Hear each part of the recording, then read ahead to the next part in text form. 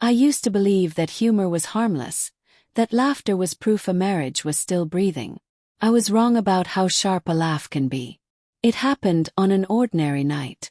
The sink was full of clean dishes drying on a towel, a bottle of red sitting open between us, the house relaxed in that late-hour quiet. Maya leaned against the counter scrolling through her phone, smiling at something on the screen. I asked what she was grinning about. She glanced up and said, "Just some dumb post. It reminds me of my ex. He always had a larger presence." She hesitated, then added lightly, "In more ways than one." She laughed, casual and careless, as if she'd tossed a pebble into water and expected it to skip. I didn't laugh. Not because I felt threatened, but because something in me went still. I'm not the kind of man who shatters easily. I'm in my 40s, steady work, steady habits. I fix broken hinges, replace bulbs, carry groceries without comment. I've never been scared of jokes. But some humor doesn't aim for laughter. It aims for a reaction. And that one landed where respect should have lived. I asked calmly, "What do you mean by that?" She waved her hand. "Relax, Erin. It's nothing. You're taking it too seriously." That word, seriously, has always been useful to people who don't want to sit with the weight of what they said. I rinsed a glass and let the water run longer than necessary, listening to it fill the gap between us. I thought about how we used to be. How she once grabbed my hand in public hallways. How conversations used to stretch until dawn softened the windows. Lately, closeness had been planned, then postponed, then avoided. I told myself patience was love. She watched me, confident I'd let it slide. I set the glass down and said evenly, "If it's a joke, explain why it's funny." Her smile faltered. "Come on. Everyone compares sometimes. It doesn't mean anything." It meant something to me.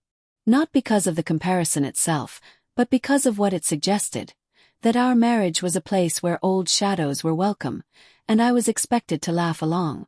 I realized how often I'd nodded through comments that shaved off small pieces of my dignity. I wasn't angry. I was awake. She noticed the change. "Why are you making this a big deal?" she asked, folding her arms. "Because jokes don't hurt when there's nothing underneath them," I said. "And because you didn't stop to think how that would land." She rolled her eyes. "So now you're insecure." There was again another label meant to close the conversation.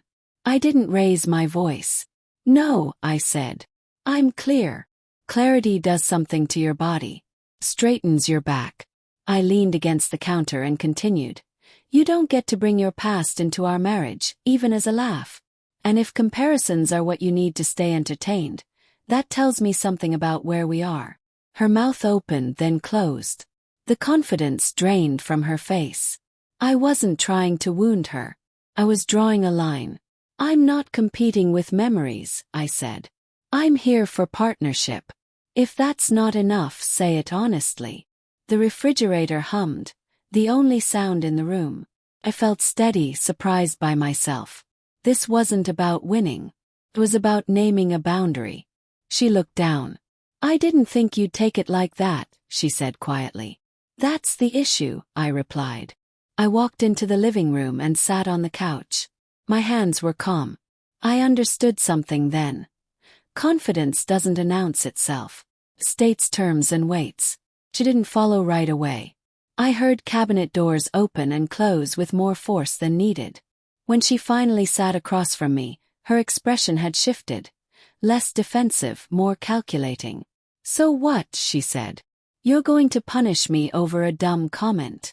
The word punish revealed more than she intended. "I'm not punishing you," I said. "I'm responding." "There's a difference." She sighed. "You always do this.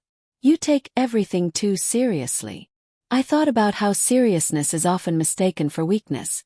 How men are expected to laugh off small cuts until bleeding quietly feels normal. "Taking you seriously is how I've loved you," I said. She frowned. "You're twisting things. My ex doesn't matter." He nodded. "Then leaving him out of our marriage shouldn't be hard." Silence stretched again. I could almost see her weighing options. Apologize sincerely, apologize lightly, or defend herself harder. She chose the middle ground. I'm sorry you felt hurt. I didn't accept it. I'm not asking you to manage my feelings, I said. I'm asking you to manage your respect. Her jaw tightened. So you want me to censor myself? I want you to choose us, I said. If that feels like censorship, then we're talking about something much bigger. The truth settled heavily between us. I remembered my father fixing a fence once, saying if a post keeps leaning, the ground isn't strong enough. You don't keep pushing the post, you fix the ground or move the fence. I need time, she said finally. So do I answered.